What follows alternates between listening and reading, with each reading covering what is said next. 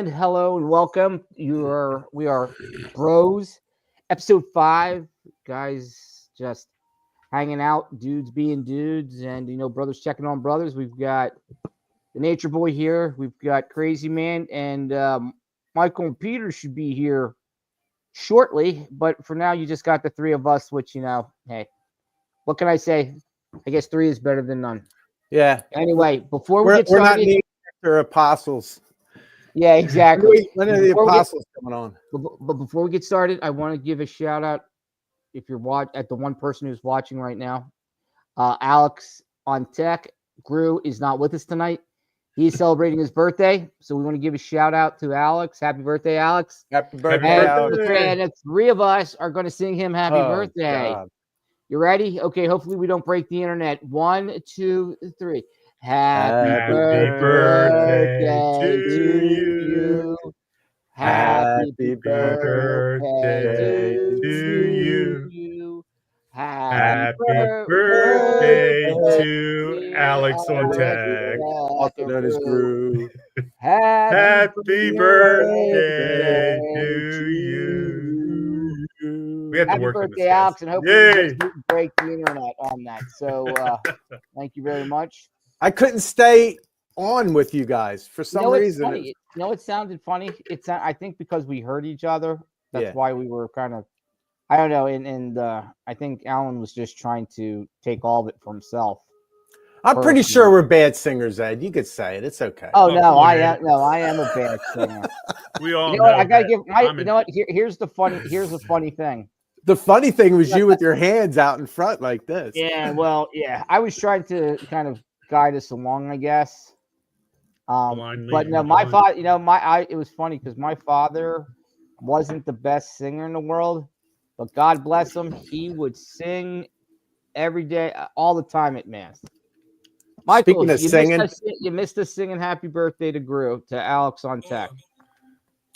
We could have used you, Mike. We could have used you. It was bad. Yeah, we almost broke. I think we almost broke the internet. I would have brought the average down. I can promise you. Oh no, please! I couldn't carry a tune if it had a handle. I'm serious. When you go back to if you ever watch this video, you will see that it was really. Listen, I would suggest a redo, but we might lose the one viewer that's watching right now. No, so we got better move it along. And we don't even. We have 3, so I think 3 people accidentally logged in. Well, here's what I want. I'm going to. Jim sent me a video, and this was for Alex's benefit. It was all for Alex's benefit. But here's okay. Hopefully, Alex gets to see this. But here's what we're going to do. Based on what this video is going to be, this is going to be our kind of topics for the evening, and from where this started from. So let me take this video up. Wow. You want to try? Yeah, I'll try. See, I knew it. Try. Yeah, but I don't know how to throw it. Oh, Everybody remember jarts? Oh, yes. you got There it. they are. There they are. There we go. We got the jarts. Hey, Shane. Got the jarts right there. There's only 3. There's only 3. We're missing one. My neighbor's missing one. So Michael doesn't know this, but Alan, you probably, I might have referenced my neighbor Ed that lives around the corner. I don't live around the corner. I live in Virginia. Not you. This is a different brother. Different Ed. Chill out. So he's a retired electrical engineer and just is really handy at stuff. So when Decades was doing a lot on NGBN TV, I hate to even say that and give them any credit for anything. He would do some video editing for us and stuff. So anyway, we hang out in their garage. They have like a happy hour almost every night. I go over, drink a water, bring the dog by for some treats, and they have jarts. A thing of that one. That's amazing. Wow. Circa 19. I can't even find a date. I'm gonna 80 say, something. I guess 80 something. No, this is 80 something. This is older. Yeah, but they go back to the 60s, the early 70s. Like I just Googled I it think it's early 70s. Yeah, for $14 for you can get a vintage set of jarts. off of This- eBay. This was the directions that came There you out go. of the That's box. it. These It are was the written on directions. it was written on parchment. Yeah, I It was was actually trying written to. on I was parchment. trying to read it, and it was like, oh my god, it's falling apart. So So anyway, here's just for so I tonight, said we guys. got to go out and play. Let's go out and throw them. I wanted to throw one. We're doing an '80s night tonight. Why was '80s the best decade ever? And as I was telling them, I was What if Michael, I you didn't was think it telling the was the guys. best decade ever? What's that? Then What if you didn't you- think it was the best decade ever? Then Then you're not you going to suck. ever be. Then you're no longer going to be the co-host, and you're going to be demoted to nothing. How All about right. that? I love No, the. no, I I'm love just the 80s. well, Mike. I had the 80, 85, 86 varsity wrestling team that I was on. The Yep. majority of us were in town, and Joel Garcia was in town. I don't know. Do you know Joel Sure. Garcia? He was Sure. in I town. went to middle school with James at Modern Day. He was one of my best friends. I knew the whole Garcia family. Okay, All all the right. Jays. Well, Joel, Jesse, Jerry. yes. And, Well, they were all. Well, Garcia. He was in town. He wrestled with us. He was in town from the Philippines, so we had a dinner. We were Right. up at Clyde's in Bethesda. how's So he it was doing, great. by the way? I know he's been Oh, through he's a lot doing of great. stuff. Oh, he's doing great. No, great spirits and stuff like that. So yeah. Good. So that was a lot of fun. So it got me thinking. I said, that's a throwback to the '80s. You're back in the '80s with my, since I've known you, Jim. Sure. So I had lunch with, What? I had dinner with James and Ted Kelly and Okay. Sean Kavanaugh twice in the last year. Most recently, like a month ago. James and I have been friends since middle school, so we stay in touch pretty tight. wow. And you Never said you went to Modern Day. Yeah. Yeah, Billy McMurtry is in charge of is the head. Oh, I know. Is the headmaster at Modern Oh, Day. I know. Kurt Vonnegut has a quote that I really think has a lot of truth to it, which is it's something like the real terror of old age is the day you wake up and realize your high school class is in charge of the world. Yeah, exactly. Right. What's that noise? Yeah, what is that? Is That's the somebody nature singing? boy. What are you doing? Are you playing something, Jim? We're picking music? up something. Yeah. we're picking up music or something. Or picking up music. My bad. Oh, Jim. I was listening Put him to in the my.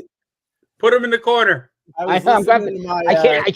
I can't put him in the corner because there's only the four of us, and that would really look. We're all in a corner. I'm already in a We're on a corner. corner. We're four corners. Don't put I was- baby in the corner. Yeah, I was So, listening yeah, to Tibetan healing music, trying to heal all my itises.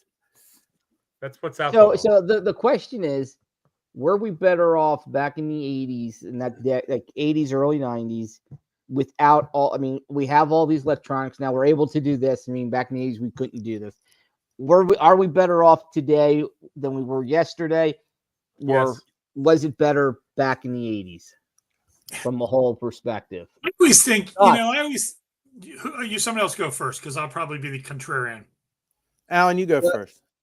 I think we can look up had a contrarian. better life because we had.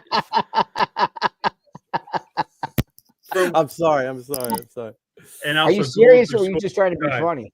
Trying to be funny. Yeah, well, you did a good job. Go ahead. Go ahead. Okay, Crazy man. working with students now and being a student back in the 80s, you can definitely see that there was more loyalty for one another. We watched each other's back. So if somebody got in trouble when we went to school, either you all went down together or you all walked away together. Kids nowadays, and especially since I worked in high school for a few years, as well as in middle school, these kids will roll on each other to save themselves because of what can happen for colleges and so forth. So they don't want to have that stigma. But truthfully, I think we enjoyed life. We enjoyed each other. We supported one another. We didn't have to worry about feelings. If we didn't pick on you, that meant we didn't like you. So that was in that. I mean, we had better music. Right. We didn't have to worry about the internet. I think we had more personally. I think we had more. I think we had more independence, and we were able to, do more. We had more kind of autonomy because we obeyed we were given guidelines. The lights went on, you had to come home. Well, even when I everybody knew told where you were. my middle schoolers and high schoolers when I taught in those areas was the difference of me hating a teacher and the difference of them hating a teacher is I still respected the teacher at the end of the day.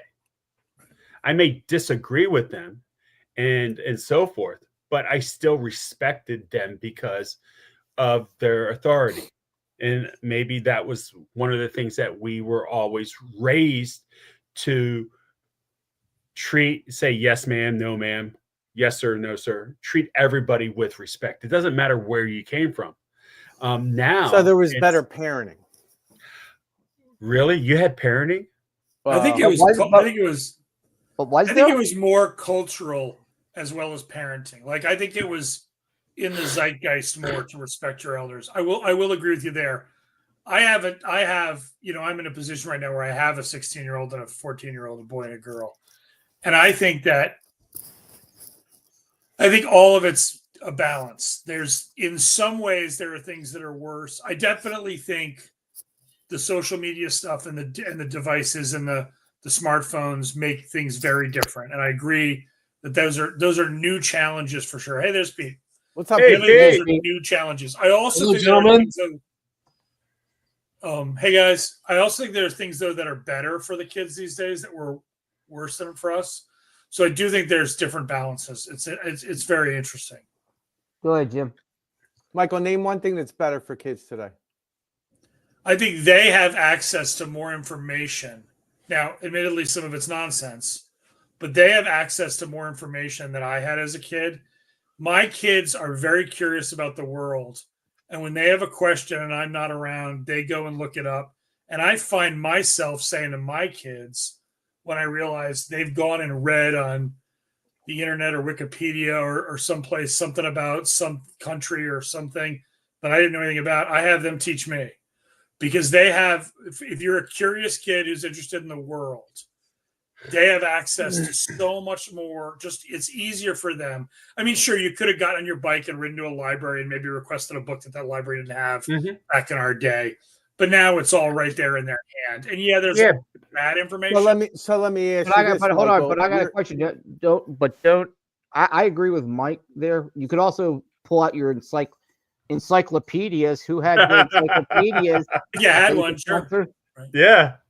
Yeah, but right. But you could pull out your want encyclopedia and find out something that was true 5 years when it was published. Like they have the most current information. Oh yeah, I mean, like they really do, and it's so, because I think there is a border. Like if I was a kid and it flitted through my mind, I wonder why the sky's blue. I probably wasn't going down to the basement and grabbing the Britannica and looking it up. I was maybe asking my mom and dad if they were around, and if they weren't around, I'd probably forget about the question 10 minutes later. Because the nature of their brains are their short attention spans, whatnot. My kids tend to chase that stuff down in the moment, and they come up with all this stuff they know about. My son came home one day and told me that he got it wrong, but he was only 8. But he had read, and I can't remember why he was reading about it, but he had read that it was, quote, against the law to take a picture of the Eiffel Tower. And I said that can't be true. You're misunderstanding something. So the two of us looked it up together. And what he actually had come across was something I didn't know, and I'm an intellectual property lawyer, which is that in France, just like we can copyright written words or images, architects can copyright special architectural features. Oh wow! And that in the 80s or 90s, when they finally got around to putting lights on the Eiffel Tower, the company they hired to do it got to keep the copyright on the lights, the way they did the lights on the Eiffel Tower at night. So if a fashion magazine or a magazine publishes a photo of the Eiffel Tower at night, they have to go through a royalty system, just like ASCAP or BMI or any of these folks, and pay that architectural firm a little bit of money for the use of that image. I was fascinated. Like for me, that was fascinating because I'm a nerdy intellectual property lawyer. I thought that was really interesting. But he had sort of figured it out on his own. I can't remember why, but he did. But look at Bros. Bros now teaching people, not only just fun conversation, but educational. Well, Jim, you've been patiently waiting. What do you have to say? Well, you got to go back to the original question because I got confused. I thought it was 80s the best decade, and then Alan threw it to Michael, and now I'm like, so that was about whatever. do kids have it better? Yeah. Yeah, do kids have it better? Is basically what we're saying. Was Yeah. it better in the 80s for kids, or is it I better think today? I've had this discussion with people many a time, and I think whatever generation you grew up in, you always think that your generation was the best. So Right. I personally, I have a lot of concerns and pity for our youth because I think it's not a great time to grow up. However, my parents might have said the same thing about my growing up years. I Yep. don't know. I don't remember them saying that, but I think the 80s was basically the last time that kids could actually be kids growing up, truthfully. Then it became competition later on. And as we are always talking about parenting, where parents in the 90s wanted to be BFFs to their kids. So that's where it started to become parenting and so forth. Is now we have the products of the 90s. Don't you think these are gross generalizations? Because different people parent people different ways. I know where we live, there's a lot less of that than maybe you see in a Hollywood TV show or something. Michael, I got to tell you, your kids are not the norm, in my opinion. They're they're the norm amongst their friends. They're using the internet strictly for to satisfy curiosity and learn about topics. What I see, I didn't say strictly for that. Trust me, my son's playing video games right now. I know, and my daughter's watching TikToks right now. But I'm a firm believer, and I would like to get Pete's opinion on this. But like for me, I just see what I see in school. I see what I see from my own kids. I see what I see from my friends' kids, and they're full on addicted to not only their phones, but also what is on the phone. And I remember watching that documentary, Social Dilemma, years ago. Yeah. And I was like, holy cow, this has come so true. And I just remember those young executives that were part of the documentary saying, I will never let my kid on any social media site. Now, here we are. We're on social media talking about. Well, right. Let's Mike, before you here's the book to read. By the way, have you read this book? I've heard the title. This is a great read. I've read bits and pieces of it. I haven't read the whole thing through, but this book's unbelievable. It's a very good book. It's super scientific, but it's very readable.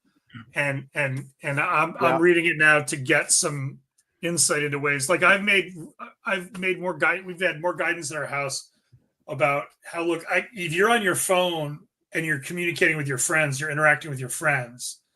That to me is like one step better than you're just scrolling through meaningless TikToks that are showing you that girls need to be real thin and boys need to be violent. But I have one step above that. Calling your friends, your neighborhood friends, on your landline with a rotary phone, one after another, or telling them all on the bus ride home that you're meeting over at Caldwell Field and you're going to play pick up tackle football and who's going to bring which Nerf or whatever. That's way better in my book any day. Well, because these kids can't do this. They can't do this. My kids do it. I know, Michael. No, but I mean, like lots of kids in this neighborhood do it. They text each other and they go meet somewhere. They do it all the time. No, I got you. You're right. I think it's just it's. Well, I hear what you're saying. I think that I hear what you're saying. Pete, let's hear from Pete. Pete, do you get the gist of what we're talking about? Yeah. I mean, for me, it's easier for me to get porn than when I was a kid now. Yeah, that's true. I'm joking, but like I don't know. There's that excitement that when you found the tree where the older kids put the porn for some reason. Yes, you exactly. guys have a porn tree in your neighborhood? We had like a few. No. Yeah, it's also because they're called addicts. I went to high school together. It's also easier for him to forward me the porn. We used to have to meet up, and now he can just click a button. But yeah, I mean, I think what we said earlier, like I think it's just typical nostalgia for every generation. You think it was better then, but I remember my parents yelling at me for being on the phone watching TV with my friends. Like, what are you Right. doing? Why are you watching the game or a sitcom or a movie on the phone? I don't know if you guys ever did that. I mean, Yes. Mike and I and Ed went to high school together. Like, we were on the phone all the time, like with friends and girls and like this circle, right? So I think my parents probably like, this is ridiculous. My kids are older. I don't know how old your kids are. I mean, some of your kids are in college. Mine kind of just missed the middle school having Facebook and all that in middle school. They were just kind of coming out of it, which I'm so glad. Facebook in middle school. You sound so old. It's no, but like those kids wouldn't touch Facebook.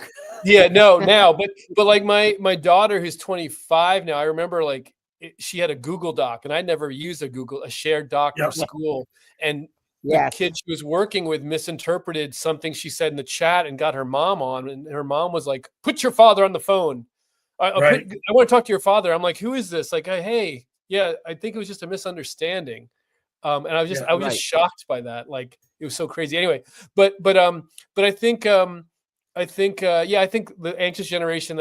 I haven't read the book, but I've heard about it. I think I've seen the anxiety in my kids. I know my son Oscar had some generalized anxiety. He's come through it. Yobi doesn't. My youngest Yobi, who's 20, doesn't seem to have any of that. My daughter didn't seem to have any of that. They're all very different people. My daughter was on Tumblr for most of her adolescence. Oscar was really on nothing, and now he's on Instagram. And Yobi's on loves TikTok and Instagram, and isn't on Facebook. So they kind of all missed that. But I think the 80s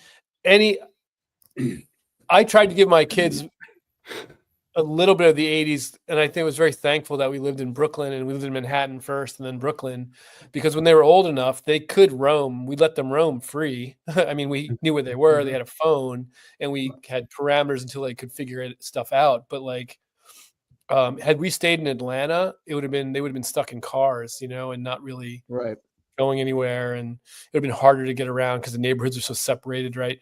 But anyway, so I think they really had an amazing time just wandering Brooklyn and even Manhattan when they got old enough. Right. My kids have learned how to use the public transportation system around here, something I probably at that age never did, because I knew a lot of kids who lived right near me. So we did a lot of riding our bikes to each other's houses. My kids know kids who live further out, are friends with kids further out. And like, in high school, I would drive from Kensington, Maryland to Oakton, Virginia to see Pete when I had my driver's license. But until I got driving, trying to talk my parents into driving me that far, no way. Yeah. But because Gonzaga, we were from all over. But like my kids, the ride-ons, which is a bus system here in Montgomery County, Maryland, they're free for everybody, like until you're like 17 or 18, 16 or 17. So if you're a teenager, you just get on. And they've figured out the routes. And my daughter will go to her friends' houses, and my son will go out the Rockville Pike. He'll go pretty far. He'll switch buses to get to a certain friend's house. And I don't feel worried about them because, things cut both ways. Like, we can all talk about how we roam free in the 80s and in the 70s and stuff, but there was also a lot of unreported, like, people doing bad things to kids and stuff back then, where there is now. I let my 14-year-old daughter wander around at the mall because I can also look and see on my phone where she is.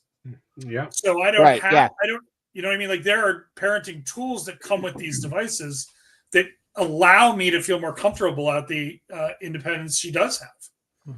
Because she'll get on a bus and go somewhere, and I know exactly where she is. But I don't check up on her. Like, I'm not a helicopter parent.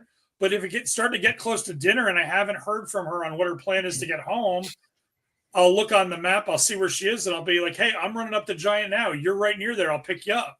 It makes it easy and convenient, and I feel like I'm in touch with her. I think the other thing something that maybe we've lost, it's like I'm sure we had it when we had no phones, is like, yeah, we could say we're going to meet at Caldwell Field, but sometimes we didn't say where we were going to meet, and we just met. Right, exactly. And we just knew the places to go and where people were going to be, and you're going to hang out, and I think I don't get the sense that my kids had that, like, just kind of those, places to go and meet up with people. The video games at people's drugstore where you just drive up to play Yes. Hubert with one kid and run into 4 other guys. And Right. no, this Exactly. is my childhood. Yeah. For sure. Like, I mean, we would have much like of the our- local pizza joint, and we'd all meet up. Like, after school, we'd go to the pizza joint. We didn't even talk about it. Or after football games, we'd go to the pizza joint. Yeah. Or if it was snowed and we had no school, we would either walk to a friend's house to hang out, right. and you're going through 4 or 5 inches of snow, cutting through the fields to get there. I mean, like you're saying earlier, you're Mike, your kids are able to use the public transportation. Like, I grew out in the boonies where cow tipping was like an art form for some of us. Right. So you would definitely have to ride your bike to go to this place or that. I think we were more active. We were more engaged. We had, and maybe it's part of the community, like you were talking about earlier, is that how you grow up. Like, my daughter did not have the same experience that I had in high school. She hated high school. I think I generally tend to be very skeptical and cynical, or skeptical about these sort of like, oh, my generation was tougher and better than your generation stuff. I find it to be pretty cliche. I mean, but having said that, I do think one thing handicapped our kids, and I'm proud to say that my wife and I are just lazy enough to have not fallen into the trap, is some of these kids don't know how to occupy themselves because every moment of their day gets scheduled by activity by their parents. Yes. You know, they get on too many teams, they get in too many clubs, and we have, like, my son's a boy. I just got back from a weekend of backpacking and camping with the Boy Scouts, and it's like one of the things he really does, and it takes up a fair bit of his time. One weekend a month, there's usually a camp out, and there's meetings every Thursday night and all that stuff. But there are boys in his troop who these campouts, which are like a big part of what being in the Scouts is about, come around, and these kids are like, immediately, because I do all the emails for the troop, the parents, I start getting these emails like, can you give me the exact location of where the campout's going to be? Because so-and-so's got a soccer game on Saturday morning that he can't miss, so I'm going to drive him up there, and then I got to pick him up early on Sunday because he's got a field hockey game. And it's just sort of like, man, you got him doing 6 different things this weekend. Let him just go on the camp out and miss some of the games. Like, what he's getting is 20% of every activity because he's running from one to the other so quick. Well, I think part of that, Mike, is that a lot of from having a daughter in sports and being in high schools and so forth, teaching, is that a lot of colleges now are looking at these travel teams. Yep. Yeah. That's crazy. I they're looking at the travel teams before they even actually look at high school, because or the grades. Because of the money. Yeah. I mean, you're paying so much to play out, to do all these travels, and I think that's part of the problem. If they start pulling back and letting these kids be kids, and I think that's where our generation is. Hey, you want to do this? Great, you do it. Like I told my daughter, is that if you sign up for a sport and you find that you hate it, you have to finish it. You don't quit it in at the beginning or in the middle. Sure. You go through it, because that's a learning activity. So if you find something that's too hard and too much, you're going to quit. Then you're going to start and quit. And I didn't want her to learn that at that age. So no, I definitely agree that you got to teach them that what sort of committing to something, even for sort of short amount of time, means. But for the same reason, I wouldn't let my kids sign up for like I know families that have told me stories about how they've got a kid and he's a really good hockey player, but he's only like a rec hockey player. And all of a sudden he goes to some club and they're like, okay, we'll take you, but here's the deal. You got to sign a contract that says you're going to play for us for 3 years. And I'm like, what are you doing? Like, exactly. That's crazy. My nephew played junior varsity football for Gonzaga and was at Gonzaga at the high school the three of us went to, was really good at it. And all of a sudden zagged, no pun intended, on the whole place and decided in his junior year to play rugby instead of football. And like, they were mad at him because he didn't go to the varsity team. And he's like, he ended up being on a championship winning rugby team because he just wanted to try a different sport. Like the idea that we live in a world where a kid deciding to try a different sport has adults being mad at him is crazy. Right. Right, exactly. And I think somebody said it earlier. The kids are growing up too fast nowadays because a lot of the stuff that they know at 5 or 6, we probably didn't know until 8. Type stuff. Well, just the irony developmentally of it, and so on. the irony of it to me is a lot of the stuff that kids are being forced to do is because the parents are like vicariously trying to live their childhood through their kids, and instead they're forcing their kids to become adults, which is That's crazy. what it all goes back to the parenting and the quality of parenting. Now, I'm not going to say every set of parents back in the 80s were model parents either, because I could throw some skeletons your way, but that's for a different show right now. I think we could all do that. But it's interesting, like our We perspective. need a little bit more therapy on that. Our perspective we'll need a therapist on that episode. I'm a counselor, so that kind of counts. That doesn't count. Come on, that doesn't count for I'll help you out, Ed. No, but anyway, there's no help. There's no helping me, Jim. Like we all basically, I'm pretty sure I know everybody's age or close to it. We're all pretty much the same age or around the same age. So our 80s was pretty much all the same time in our life. It would be interesting to have other people from other perspectives. You know what I mean? But for me, like I really believe it was way better back then. I really do, because the kids just don't have the skills. They're not resilient. They want everything immediately. They want immediate gratification. And now, Michael, you're going to say, my kid's not that way. I'm not. I'm actually not. I think the thing is, the kids have been... No, I was being sincere. But no. But I'm not going to say that, because I do think that one of the problems with being raised in an on-demand world, like my joke with my kids was always like, every once in a while we get in the car to drive somewhere, and they'd be like, this is when they were younger, and they'd be like, now they take over and DJ and play music for me, which is great and fun. But we get in the car and they would say, play this song. And I would say, if I touch the radio, sorry. No, we'd get in the car and they would say, play this song. And I would say, well, I actually forgot my phone. So we can only really, and I don't have any CDs in the car because this is like 10 years ago. So we can only really listen to what comes on the radio. And you would think I had just said, we need to bang these rocks together to make a fire. Right. Like, I mean, they were like, what are you? And they were like 8, because I don't blame the kids for having been raised in a world where you want to watch a TV show, you don't have to wait till it's on. You just, find it on demand and play it. You want to hear a song, you ask Alexa to play it. Like it's an on-demand world for them. So they've been totally programmed to expect that. So true story about watching TV. I grew up in a house, we were not allowed to watch any TV on weeknights. Right. Friday night, Saturday night. I forget what they did about Sunday. Maybe they let us Sunday. But you had to watch Sunday with I had to have watched Sunday with Disney. And Lawrence World, Hee-Haw, and Wild Kingdom. Wild Kingdom, yeah. Marlon Perkins. Mutual of Omaha. Mutual I of Omaha. firmly believe that's why I love nature as much as I do. I'm serious. Jacques Cousteau, Merlin, what's his name? Merlin Olsen or Merlin? Yeah. Marlon Perkins. Marlon Perkins. I mixed him with Merlin Olsen. Not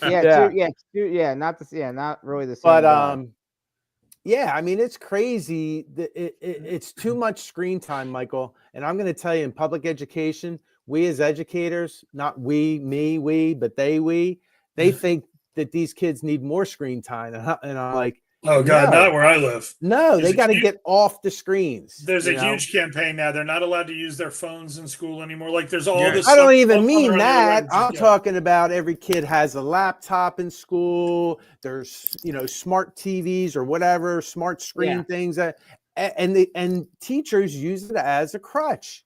And they're getting back to like at where my daughter goes, where my son goes to school. They're getting back to handwriting math problems. Great. Like don't just do the answer and hit enter. Yep. Like show your work and handwrite. It's interesting. My daughter just got into a Catholic girls' school that she's going to go to for high school starting next year, and they are a little more old school about some of that stuff. Good. For sure. Where's she going? I mean, this past Stone Ridge. We had last week. We had the internet went down So you can imagine when Mm. teachers have everything Holy cow. online Yeah. and you can't get on. So we had old school, and you want to talk about kids, really elementary kids going, we have to write this out. Yeah. I mean, Yeah. truthfully, I mean, having kids just try to just answer the problems, not show their work, or just go old school. And I don't even think some of the teachers understand how to go old school. Listen, I would say 2% of our kids in our school know how to write in cursive. And I'm a school I don't think they teach it grades anymore. 4 to 8. We don't teach How- it anymore. We don't I was teach it going to say, anymore. No. is it even that high? I Yeah. mean, because based on what Alan just said, I just did quick math. I mean, if you have a 26-year-old teacher in your school, Mm-hmm. he or she was born in 2000, Right. give or take. But So, but I they will don't say even this know about folks I will in say that this time. about cursive. I'm all for neat penmanship and at least being able to print. But with I mean, I don't know how often I even use cursive or have ever, Right. I Can never you write read it? letters in- Can you read it? Yeah, I can read it. Okay, well, they But no one can't ever read it. puts it in front of me to read unless I'm So like on lots the of internet looking up brands- his- What? I was gonna say lots of What'd you say, brands that Pete? have cursive. Lots of brands that have like simple cursive have changed their logos because younger generations can't read cursive. Yeah. Yeah. That's why everything looks Like, kind of sans serif, plain. If cursive all is things. the blacksmith shop horseshoe skill that no one needs anymore, Yeah. if that's the one we lose, I can sort of live with that because No, it was one example. It's one yeah, example. yeah, no, I get what you're saying. No, trust me, like Jack's learning how to drive right now, and I'm going to damn well make sure he knows how to jumpstart a car and change a spare and a whole bunch of other stuff that I've seen kids just a year or two older than him call their parents or call AAA to do. Yeah. Because they just have no one ever thought to teach them just the simple. All And right, I am not a car. I'm not a gearhead, like at all. No, but No, there's not enough. Hold on. I got a there's not sidebar. enough- I need to hold that Go ahead. thought, Jim. I got a sidebar on what Mike was just saying because it brings kind of in a whole package about what he was saying earlier about the power of the knowledge at hand. If Vlad still lives at the house and he has his own car and he's really bright, he's very mechanical and stuff. So he just goes on and watches a YouTube video. Yeah. He's like changing his brakes, changing his oil, Right. rotating his tires.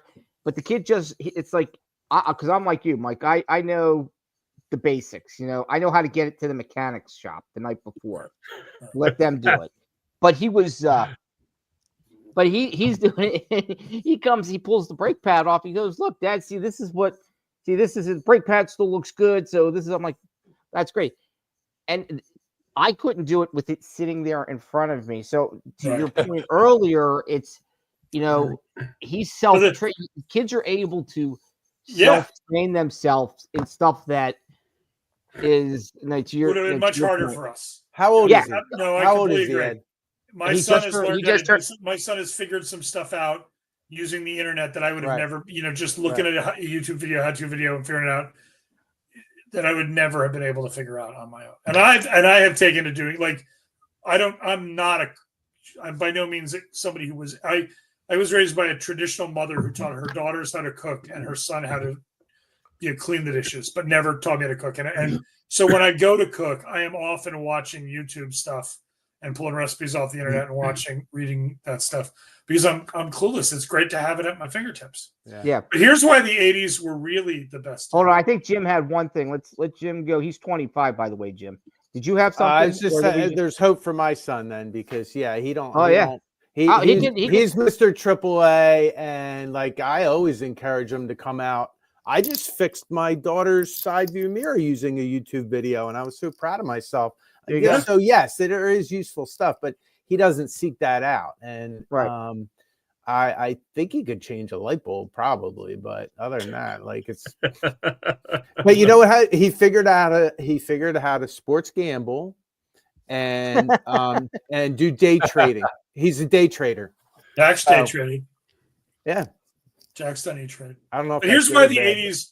Here was the traumatic thing about the 80s for all of us. That was also the greatest thing about the 80s. How long we had to wait to find out that Darth Vader really was Luke's father. Right. because that bombshell drops at the end of Empire Strikes Back, and we had to wait like 2 years to find out the answer. I mean, Star Wars. That was the low point for you, not for me. No. Well, I will say this. What was interesting was, and I've talked about this with my children before, that and this is just a very narrow thing. We did grow up in an age where the technology behind making movies was amazingly evolving quickly, and we got to. My parents would go see movies like Star Wars or Wrath of Khan or whatever with me, or Alien, and be like stunned at the special effects. And one of the things that I lament for my children is they really don't remember anything pre-CGI. And CGI has almost made it that they can make anything happen on the screen. Like when we saw Tron, half the joy of Tron was, oh my God, how did they do that? Like, how did they make them look like that? My kids never ask, how did they do that? How did they make them look like that? Because they've just grown up in a world where CGI makes, well, they just press a button on the computer and and there's a lot more to it, but they're just so, like, your average television commercial has better special effects than most movies we saw growing up. They're just, it's underwhelming to them, the stuff that can be done. And I feel bad for them that they don't have that like sense of wonder, like, oh my God, that's so cool. You know, when the faces melt at the end of Raiders of the Lost Ark. And we were all like, oh my God. Or Poltergeist, where the guy starts pulling his face apart. Like all that stuff. And you'd go home and the movie would come out, and 6 months later, there'd be all those specials on TV, how they did it with the green screens and the demonstrations and the models. It was fascinating to watch. Now these kids have already seen that on YouTube before they even go to the movie theater to see the movie. There was a lot of good. There was a lot of better comedy movies too, I think, in the 80s. But you can't play those movies anymore, even though they were there I watch to them all the time. Caddyshack, stuff like that. Oh, Blazing Saddle. Are you really gonna play Blazing Saddle? Oh, you mean play it? Like what? Are you gonna air it on TV? The theater? Yeah, it's not gonna be aired, even though it was out there to shock the society to say, hey, this is wrong. All right, it was to make fun of certain aspects. Now everything now is politically correct. I do agree that some nuance has been lost, that you can't necessarily, it's hard to lampoon racism without banging up against that sort of wall of, can we even show, like, I thought Tropic Thunder was genius, and Ben Stiller put that movie out, and that was 15 years ago, and I'm not sure a studio would sign off on that now, but how about the Saturday Night Live skip with Chevy Chase and who was it? Richard Pryor. Was it Richard Pryor? Yeah. I mean, that stuff, you can't do any of that stuff anymore. Well, Eddie Murphy did a lot of stuff that was George Carlin. He couldn't be gun. I mean, he was gun. Although they do Black Jeopardy now, like they do stuff on there that's pretty interesting. I think they have to be clearer about their intent when they do stuff like that now, right? Or they run the risk of offending. Which whatever. You're always going to offend nowadays, no matter what. I'm a big fan of offending, though. Yeah, but I mean, let's face it. 80s up to 90 was 4 years of high school and 4 years of college. So how could it not be great? I mean, Ed, that's true. I met you in the 80s. I know. That's why I said. That's why I brought it up. That's why this group that we had here was appropriate to do it, because I knew Pete and Mike in the 80s, and I knew you in the 80s, and I was thinking that some guys from the wrestling team might chime in tonight, so I was going to throw them in, but they left me hanging. I'll have to talk. I have another chat group with those guys now, but it's I was telling before you got on, Pete. Joel Garcia was in town from the Philippines, and we had a wrestling dinner up in at Clyde's in Bethesda. There was like 8 of us within close enough. I mean, it takes me. Oh yeah, you were at Friendship Heights. You were right. You were 3 miles from me. Yeah, because you live close to my sister, don't you? No, now I'm a little further out. I'm out where 495. I'm right by 495 and 270. So I'm out. Oh, okay. So if you know where Fernwood and Green Tree and all that. Anyway. Yeah. Anyway. Pete, Don't the worry. other But you thing also have to remember the other the thing 80s, that you had happened a lot of before more. Sorry, Alan, go ahead. I think a lot of us had more grit, and I think you had more determination. If you failed at something, you didn't have to worry about retaking a test to get that 80% for your GPA in school. But I think it's that you learned how to adapt and overcome. I don't think a lot of the kids, depending on certain kids, not yours, Mike, but you have But definitely to yours. adapt and overcome. And that's how we learned. I mean, That's we right. learned from failure. And these kids are Amen. learning as, oh, you can do whatever you want. Yeah. But there's that little semicolon going, but you have to put the work in. Yeah. And I think we were more hardworking and looking at not what's in it for me, but what can I earn and what can I learn from it. And these kids aren't learning that.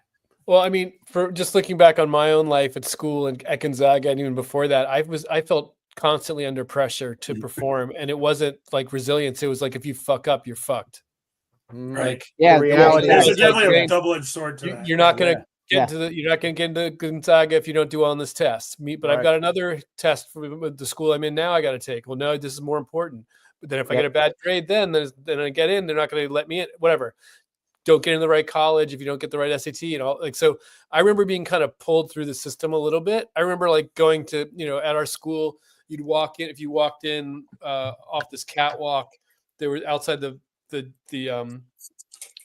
whatever, the headmaster's office was like a typewritten sheet with all the names in your class. Like, so I remember this junior year, senior year. You're right. And Yeah. it had like, everybody was separated by like 0.2 of a point on the GPA, Right. but they put that up weekly. So Right. you saw your name Man. drop, go up, go up. That's awful. There's only what? There's like 114 in our class or whatever. It Yeah, was, I think it something was like that. crazy. I think Every- there's probably a happy medium between teaching kids grit and traumatizing kids. And Yeah, I, and I would wouldn't say say I was that's traumatizing. traumatized. I wouldn't say I was traumatized because when I was in college, Sounds like it. You remember I it did my work. verbatim. Yeah. Yeah. No, I mean, I felt like when I got to college and I was quote on my own, I did it my way. I didn't get great grades. I got really good grades in the stuff I cared about, and I was just Right. enjoying being a college student. And I learned a lot too, so about myself and even about the subjects. But it was such a relief after the Yeah. previous 8 years to go to college. Yeah. Oh my God. I'll tell you, I even see the quality of teaching and the profession, like stuff that my kids tell me about their high school teachers and their college professors. I'm like, I don't even want to hear it because we're paying a lot of money. Like, wait, Dr. So-and-so said that nobody's going to show up for class anyway the day before the break or whatever. So you're going to cancel class, like stuff like that. That really rubbed me the wrong way. But Pete, you missed it before you came on. Yeah. We were talking about how we survived. You have jarts. Jarts. Oh my God. We survived jarts. Yes, You hold on. want to hold talk on, about hold on. resilience, Alan? I mean, take one of those in the top Here of the you go, foot. Pete. You missed this. This was our opening. You know, Wow. you want to try? Yeah, I'll try. See, I knew it. Try. Yeah, but I don't know how to throw. Me playing in the. Who is that? Backyard. Who are you out there with? So the two brothers that live there, that's their backyard. And then Diane from around the corner. Hey, Diane, maybe I'll see this someday. She was there and we were talking about jarts. And we're like, did you ever play? And she's like, I think I did a long time ago. So then it just got in my head. I'm like, well, we got to go play. I'm not going to sit there and look at these things and not reminisce about the old Heavy days. and dangerous looking. I love it. Have you ever played it? Yeah, I've played it, but not for decades. Hey, show them the instructions on the parchment paper. The paper is. If I handle this box too rough, there you go. A whole piece just went off it. But yeah, these were the directions. Oh my God. Every time I move it. But yeah, these things they're like little missiles, man. Yeah. Oh yeah. Yeah, And I didn't realize the weight shifted like that. I forgot I about don't remember that either. Yeah. Interesting. that. Or it's just malfunctioned after the right. Or Or the plastic's degrading after 30 years. Yeah, Now, exactly. if I was, Yeah, if I was exactly. 12, I was 12. I'd say, Mike, you go on that side of the field, and we'll just throw them at each other. Right. Yeah. Yeah. That's what we did. Well, we Right. used to have. I did mean, you Throw guys really ever have? high, like, Did you ever have pine cone fights? oh yeah, we used to throw Oh, rocks and yeah. dirt clods. That was, we by would the way, always that was have the- rules that was the about mean it. joke when Yeah, that how was the big mean it joke in high was. school Yeah. back really? I mean, we had BB gun fights. Yeah. You're Yeah. only Guns. supposed to shoot. Alan, wherever you grew up, I don't know. It's a little questionable there. Yeah. I wasn't That was allowed the, to by have the way, that guns, was but the my All dad right. had Darth- guns. we I we wasn't cow allowed. tip. Come on. Yeah. We went cow tipping. We Jarts just did. reminds me of the mean We joke did used to tell. whippets. You remember whippets? Oh Yeah. yeah, Yeah. Whippets, Oh, sure. yeah. God. Stupid stuff. Jarts reminds me of the mean joke we used to tell about kids with acne, which was he looks like he was the goalie for the dart team. There you go. That's I never ever heard that one before. That's funny. well, guys, we're coming down to the end of the hour, so we'll kind of wrap it up here. Great show again, as always. Thank you all, Pete and Mike, Nature Boy, Crazy Man, for all coming out. I really appreciate you doing this. Next week, it's back to Thunderdome with Ed, who won the Super Bowl this year? Bite Me with Oh, I'm sorry. Hey, Chris Nature Boy's Rubio. screen seems to be Chris glitching. Rubio. There's this Yeah, weird with blur Chris on it. Rubio.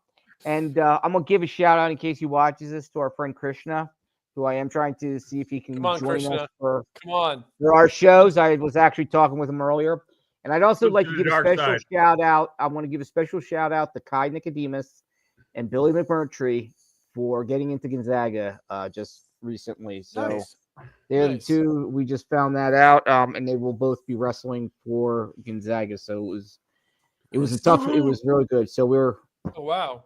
the dads are very excited, and all of us from that time frame are very excited. So very excited to hear that. Again, thank you guys. Have a great rest of your week, and we will see you next week for the Thunderdome. Cheers, everybody. Thanks, Ed. Cheers out. Later, Thank you. man.